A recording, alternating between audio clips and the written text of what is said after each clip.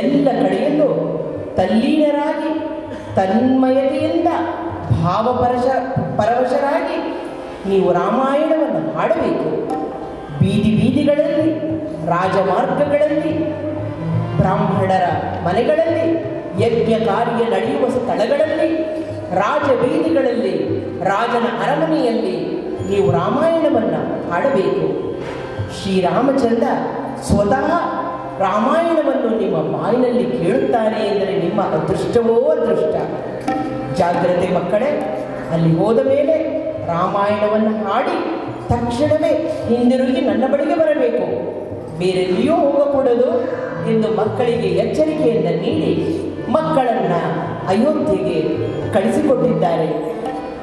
ಮಕ್ಕಳು ರಾಮಾಯಣವನ್ನು ಹಾಡುತ್ತಾ ಬೀದಿ ಬೀದಿಗಳಲ್ಲಿ ಬರುತ್ತಿದ್ದರೆ ಎಲ್ಲರೂ ಹೋಗಿ ಶ್ರೀರಾಮಚಂದ್ರನನ್ನು, ರಾಮಚಂದ್ರ, ಇಬ್ಬರು ಸುಂದರವಾದ ಮಕ್ಕಳು ರಾಮಾಯಣವನ್ನು ಹಾಡುತ್ತಾ ಬೀದಿ ಬೀದಿಗಳಲ್ಲಿ ರಾಮಾಯಣವನ್ನು ಹಾಡುತ್ತಿದ್ದಾರೆ, ರಾಮಚಂದ್ರ ನೀನು ಕೇಳಬೇಕು ಎಂದೊಡನೆ ಬರಹೇಳಿ ಆ ಹುಡುಗರನ್ನ ಕೇಳೋಣವಂತೆ. ಬಂದಿದ್ದಾರೆ ಲವ ಕುಶರು ರಾಮನ ಆಸ್ಥಾನಕ್ಕೆ. ಸಿಂಹಾಸನದ ಮೇಲೆ ಕುಳಿತಿರುವಂತಹ ರಾಮ ಅನುಜ್ಞೆಯನ್ನು ಕೊಡುತ್ತಾನೆ. ಮಕ್ಕಳೇ ಹಾಡಿ, ರಾಮಾಯಣವನ್ನು ಹಾಡಿ. ಈ ಹಾಡಿನ ಪರಿಚಯ ಇಲ್ಲಿ ನೆರೆದಿರುವಂತಹ ಸಮಸ್ತರಿಗೂ ತಿಳಿದಿದೆ. ತಾವೂ ಜೊತೆಗೂಡಿಸಿ ಲವಾಕುಶರೊಡನೆ ಈ ರಾಮಾಯಣವನ್ನು ಹಾಡಿ.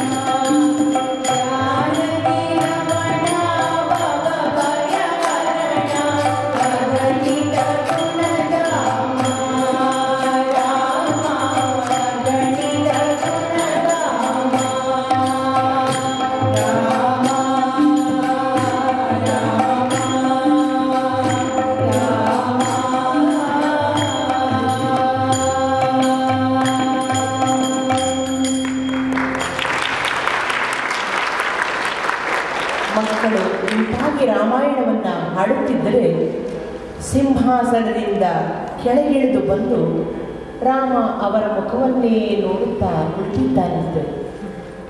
ವಸಿಷ್ಠರು ಬಂದರು. ರಾಮಚಂದ್ರ, ನಿನ್ನ ಕಥೆಯನ್ನು ನೀನೇ ಹೀಗೆ ಕುಳಿತು ಕೇಳುವುದೇ? ರಾಮಚಂದ್ರ ಹೇಳಿದ, ಗುರುಗಳೇ, ಇದು ನನ್ನ ಕಥೆಯಲ್ಲ, ಪರಮ ಪುನೀತಳಾದಂತಹ ಸೀತೆಯ ಕಥೆ, ಅದಕ್ಕಾಗಿಯೇ ಕುಳಿತು ಕೇಳಿದೆ ಎಂದು.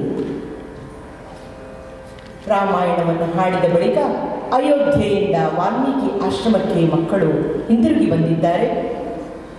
ಗುರುಗಳೇ, ಅಯೋಧ್ಯೆ ಬಹಳ ಸುಂದರವಾಗಿದೆ. ರಾಮ ನಮ್ಮನ್ನು ಬಹಳ ಇಷ್ಟಪಟ್ಟರು. ನಾವು ಮಾಡಿದ್ದನ್ನು ಬಹಳವಾಗಿ ಶ್ಲಾಘಿಸಿದರು. ಗುರುಗಳೇ, ಆದರೂ ಅಲ್ಲಿ ಆ ವೈಭವ ಸಾಕಾಯಿತು. ನಾವು ತಿರುಗಿ ಬಂದೆವು ನಿಮ್ಮ ಪಾದಕ್ಕೆ. ಒಳ್ಳೆಯದು ಮಕ್ಕಳೇ, ಈಗ ನೀವು ಆಶ್ರಮವನ್ನು ನೋಡಿಕೊಳ್ಳುತ್ತಾ ಇರಿ. ನಾನು ಸ್ವಲ್ಪ ದಿನ ವರುಣ ಲೋಕಕ್ಕೆ ನಾನು ಹೋಗಿ ಬರುತ್ತೇನೆ. ಆಶ್ರಮವನ್ನು ನೀವು ನೋಡಿಕೊಳ್ಳುತ್ತಾ ಇರಿ ಎಂದು ಹೇಳಿ ವಾಲ್ಮೀಕಿ ಆ ಮುನಿಗಳು ವರುಣ ಲೋಕಕ್ಕೆ ಹೋಗಿದ್ದಾರೆ. ಇತ್ತ ಶತ್ರುಘ್ನನ ಸೇನೆ ಎಲ್ಲ ಕಡೆಯೂ ತಿರುಗುತ್ತಾ ಎಲ್ಲ ದೇಶಗಳನ್ನು ಜಯಿಸುತ್ತಾ ಕಡೆಗೆ ವಾಲ್ಮೀಕಿ ಆಶ್ರಮದ ಬಳಿ ಬಂದು ಬಿಡಾರವನ್ನು ನೋಡಿದ್ದಾರೆ. ಈ ಯಾಗದ ಕುದುರೆ ತಪ್ಪಿಸಿಕೊಂಡು ವಾಲ್ಮೀಕಿ ಆಶ್ರಮದ ಬಳಿಗೆ ಬಂದು ಬಿಟ್ಟಿದೆ. ಬಾಲಕರು ಅಲ್ಲಿ ಒಂದು ಕುದುರೆ ನಮ್ಮ ತುಳಸಿ ವನವನ್ನೆಲ್ಲ ಹಾಳು ಮಾಡುತ್ತಾ ಇದೆ. ಕುಶಣ್ಣ ದರ್ಬೆ ತರಲು ಹೋಗಿದ್ದಾನೆ, ಅವನು ಇಲ್ಲಿಲ್ಲ. ಲವಣ್ಣ ಅದು ಅಲ್ಲಿದ್ದಾನೆ. ಲವಣ್ಣ ಏನೋ ಅದು ಯಾವುದೋ ಒಂದು ಕುದುರೆ ಬಂದು ನಮ್ಮ ತುಳಸಿ ವನವನ್ನೆಲ್ಲ ಹಾಳು ಮಾಡುತ್ತಿದೆ. ಓಹೋ, ಇದೋ ಬಂದೆ. ತನ್ನ ಶಲ್ಯದಿಂದಲೇ ಆ ಕುದುರೆಯನ್ನ ಬಾಳೆ ಮರಕ್ಕೆ ಕಟ್ಟಿ ಹಾಕಿದಂತೆ ಬಾಲಕ. ಹಿಂದೆಯೇ ಬಂದರು ಸೈನಿಕರು. ಯಾರು ಈ ಕುದುರೆಯನ್ನು ಕಟ್ಟಿ ಹಾಕಿದವರು? ಯಾರ? ನಾನೇ. ಇದು ಯಾರದ ಕುದುರೆ? ಬಿಚ್ಚಿಬಿಡ. ಕುದುರೆಯನ್ನ ಬಿಚ್ಚಬೇಕೆ? ನಾನು ಬಿಚ್ಚುವುದಿಲ್ಲ. ಕುದುರೆಯನ್ನ ಬಿಚ್ಚಲೇಬೇಕು. ಏಕೆ ಗೊತ್ತೋ? ಇದು ಯಾಗದ ಕುದುರೆ. ಈ ಕುದುರೆಯನ್ನ ಯಾರು ಕಟ್ಟುತ್ತಾರೋ ಅವರು ರಾಜನೊಂದಿಗೆ ಯುದ್ಧ ಮಾಡಬೇಕು. ನಿಮಗೆಲ್ಲಿದೆ? ನೀವು ಬಾಲಕರು ನೋಡು, ನಾವು ಕುದುರೆಯನ್ನ ಬಿಟ್ಟು ಬಿಡುತ್ತೇವೆ. ಆದರೆ ಆ ಕುದುರೆಯ ಮೇಲೆ, ಹಣೆಯ ಮೇಲೆ ಬರೆದಿದ್ದೆಯಲ್ಲ, ಧರೆಗೊಬ್ಬನೇ ವೀರ ರಾಮ ಎಂದು, ಅದನ್ನು ಅಳಿಸಿಬಿಡು. ಆನಂತರ ನಾವು ಕುದುರೆಯನ್ನು ಬಿಟ್ಟು ಬಿಡುತ್ತೇವೆ. ಚೋಟುತ್ತ ಹುಡುಗ, ಬಾಯಿಗೆ ಬಂದಂತೆಲ್ಲ ಹರಡುತ್ತಿರುವೆಯ, ನಿಲ್ಲು ಯುದ್ಧಕ್ಕೆ ನಮ್ಮೊಡನೆ.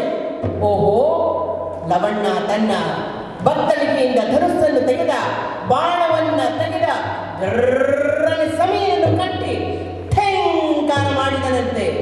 ಆ ಶಬ್ದಕ್ಕೆ ಸೈನಿಕರೆಲ್ಲ ಓಡಿದರು. ಸ್ವಾಮಿ, ಆ ಯಾಗದ ಕುದುರೆಯನ್ನ ಒಬ್ಬ ಬಾಲಕ ಕಟ್ಟಿ ಹಾಕಿದ್ದಾನೆ. ಕುದುರೆಯನ್ನು ಬಿಡ್ರೋ ಅಂದ್ರೆ, ನಿಮ್ಮ ಪ್ರಾಣವನ್ನು ಬಿಡ್ರೋ ಅಂತಾನೆ ಆ ಹುಡುಗ. ನೀವೇ ಬನ್ನಿ. ಸಮಸ್ತ ಸೈನ್ಯದೊಡನೆ ಶತ್ರುಘ್ನ ಬಂದಿದ್ದಾನೆ. ಯಾರು ಆ ಬಾಲಕ? ಇವನೇ ಸ್ವಾಮಿ. ಆ ಕುದುರೆಯನ್ನು ಏಕೆ ಕಟ್ಟಿದೆ? ನೀವು ಕುದುರೆಯ ಹಣೆಯ ಮೇಲೆ ದೊರೆಗೊಬ್ಬನೇ ವೀರ ಎಂದು ಬರೆದಿದ್ದೀರಲ್ಲ, ಅದನ್ನು ಅಳಿಸಿ ಹಾಕಿ. ಏಕೆಂದರೆ ಅವನ ತಾತನಂತವರು ಬಹಳಷ್ಟು ಜನ ವೀರರಿದ್ದಾರೆ. ನಿಮ್ಮ ರಾಮ ಒಬ್ಬನೇ ಅಲ್ಲ.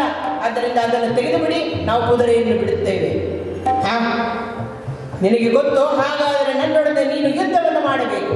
ಓಹೋ, ಇರಲಿ, ನಿಮ್ಮೊಡನೆ ಯುದ್ಧ ಮಾಡೋಣವಂತೆ. ಆದರೆ ತಮ್ಮ ಹೆಸರೇನು? ರಾಮನನ್ನು ಇಷ್ಟುದ್ದ ಹೊಗಳಿ ಕಡೆಗೆ ಅವನ ತಮ್ಮನಾದಂಥ ಅನುಜ ಶತ್ರುಘ್ನ. ಮೊದಲೆಲ್ಲ ಹೇಳಿದ್ರಲ್ಲ ಉದ್ದಕ್ಕೆ, ಅದು ಬೇರೆ ಯಾರೋ, ನಿಮ್ಮ ಹೆಸರು ಮಾತ್ರ ಶತ್ರುಘ್ನ ಅಲ್ಲವೇ? ಇದು ಯಾರಾದರೂ ಒಬ್ಬರು ವಿಳಾಸ ಕೇಳೋ ರೀತಿ. ಎಲ್ಲಿಗೆ ಹೊರಟಿದ್ದೀರಾ? ಮೈಸೂರು. ನೀವು ಯಾವ ಊರು? ಮೈಸೂರಲ್ಲಿ ಎಲ್ಲಿ? ಮೈಸೂರಲ್ಲಿ ಅರಮನೆ, ಅರಮನೆಯ ಪಕ್ಕದಲ್ಲಿ ಒಂದು ಗಲ್ಲಿ, ಒಂದು ದೊಡ್ಡ ರಸ್ತೆ ಇದೆಯಲ್ಲ, ಆ ರಸ್ತೆ ತುದಿನಲ್ಲಿ ಒಂದು 7 ಅಂತಸ್ತಿನ ಮನೆ ಇದೆಯಲ್ಲ. ಓ, ನೀವು ಆ 7 ಅಂತಸ್ತಿನ ಮನೆ ಇದೆಯಲ್ಲ, ಅದರ ಪಕ್ಕದಲ್ಲಿ ಒಂದು ಗಲ್ಲಿ ಇದೆ. ಆ ಗಲ್ಲಿ ಕಡೆಯಲ್ಲಿ ಒಂದು ಮಾಡಿ ಮನೆ ಇದೆಯಲ್ಲ. ಓ, ನೀವು ಆ ಮಾಡಿ ಮನೆ ಹಿಂದುಗಡೆ ಗುಡಿಸಲಲ್ಲಿ ನಾವಿರೋದು. ಹೀಗಾಯಿತು ಶತ್ರುಘ್ನ ವಿವರಿಸಿದ ರೀತಿ. ಆ ಮೊದಲೆಲ್ಲ ಹೇಳಿದವರು ಬೇರೆ ಯಾರೋ, ನಿಮ್ಮ ಹೆಸರು ಶತ್ರುಘ್ನ ಅಲ್ಲವೇ? ನಡೆಯಿರಿ, ಯುದ್ಧ ಯುದ್ಧ ಪ್ರಾರಂಭವಾಗಿದೆಯಂತೆ. ಕಲಿಕಿತಾಪರಿ ಗೆದ್ದದಿ ನೋಡಲು, ಕಲಿಕಿತಾಪರಿ ಗೆದ್ದದಿ ನೋಡಲು, ಸುರಮಣಿಯಿಂದದಿ ಕಾಣುವುದೇ ಮಿಗಿಮಿಗಿಯಿಲ್ಲದ ತೆರೆದೊಳಗೆ ಅಗಣಿತ ಮನ್ಮನ ಚೈತೆಯ ತೆರೆದರು.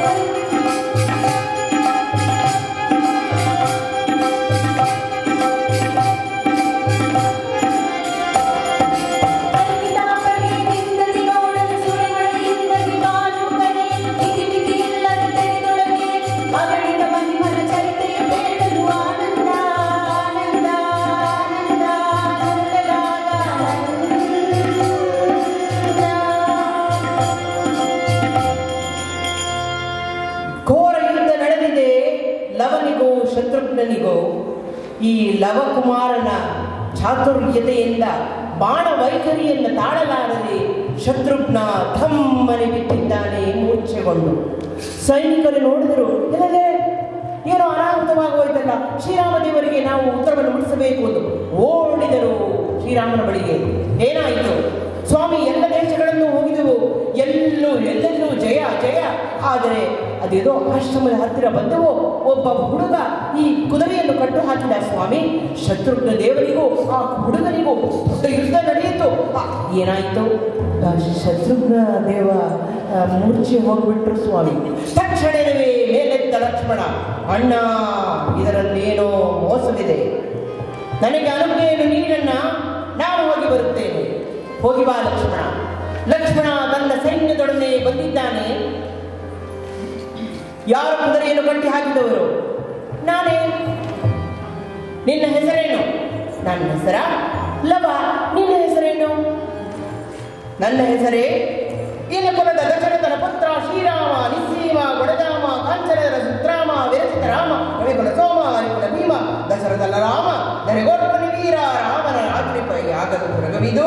ಇದರೊಡನೆ ಬಂದಿರುವಂತಹ ಅವನ ತಮ್ಮ ಲಕ್ಷ್ಮಣ. ನೀವು ಅದೇ ಕಥೆಯೇ ಸುದ್ದಿ ಹೇಳಿದ್ರಲ್ಲ, ಏನೇನು ಹೇಳಿದ್ರಿ ನೀವು? ಇನಕುಲದ ದಶರಥನ ಪುತ್ರ ಶ್ರೀರಾಮ, ನಿಸ್ಸೀಮ, ಗೊಡದಾಮ, ಕಾಂಚನರ ಸುತ್ರಾಮ, ವಿರಚಿತ ರಾಮ, ಕವಿಕುಲ ಸೋಮ, ಹರಿಕುಲ ಭೀಮ, ದಶರಥನ ರಾಮ. ಇದೆಲ್ಲ ನೀವು ಯಾವುದೂ ಅಲ್ಲ. ನಿಮ್ಮ ಹೆಸರು ಲಕ್ಷ್ಮಣ. ಅದನ್ನು ನಂಬಕ್ಕೆ ಆಗೋಲ್ಲ. ಯಾಕೋ? ನೋಡಕ್ಕೆ 3.75 ಮಣ ಇಲ್ಲ, ಲಕ್ಷ ಮಣ ಅಂತ ಬೇರೆ ಹೇಳುತ್ತೀರ ನೀವು. ಸಾಕು ಮಾಡು ನಿನ್ನ ಮಾತು. ಈ ಕುದುರೆಯನ್ನು ಕಟ್ಟಿ ಹಾಕಿದರೆ ನನ್ನೊಡನೆ ಯುದ್ಧ ಮಾಡಬೇಕು. ಪುನಃ ಯುದ್ಧ ಪ್ರಾರಂಭವಾಯಿತು. ಲಕ್ಷ್ಮಣನಿಗೂ ಹಾಗೂ ಲವನಿಗೂ ಘೋರ ಯುದ್ಧ ನಡೆಯುತ್ತಿದೆ. ಅವನ ಯುದ್ಧ ವೈಖರಿಯನ್ನು ನೋಡಿದ ಲಕ್ಷ್ಮಣ, ಆಹಾ, ಈ ಹುಡುಗನನ್ನು ಕರೆದುಕೊಂಡು ಹೋಗಿ ನನ್ನ ಅಣ್ಣನ ಮುಂದೆ ನಿಲ್ಲಿಸಿದರೆ ಆ ನೋಟವೇ ಬೇರೆ, ಏನಾದರೂ ಮಾಡಬೇಕು ಎಂದು ಹೇಳಿ ಪಾಶ ಅಸ್ತ್ರವನ್ನ ಲಕ್ಷ್ಮಣ ಉಪಯೋಗಿಸಿದ್ದಾನೆ.